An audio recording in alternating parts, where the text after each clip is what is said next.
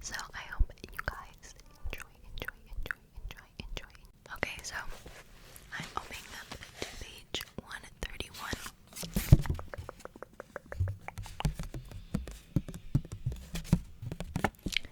And we're going to be starting on the chapter.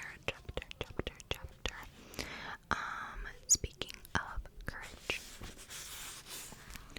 The war was over, and there was no place in particular to go.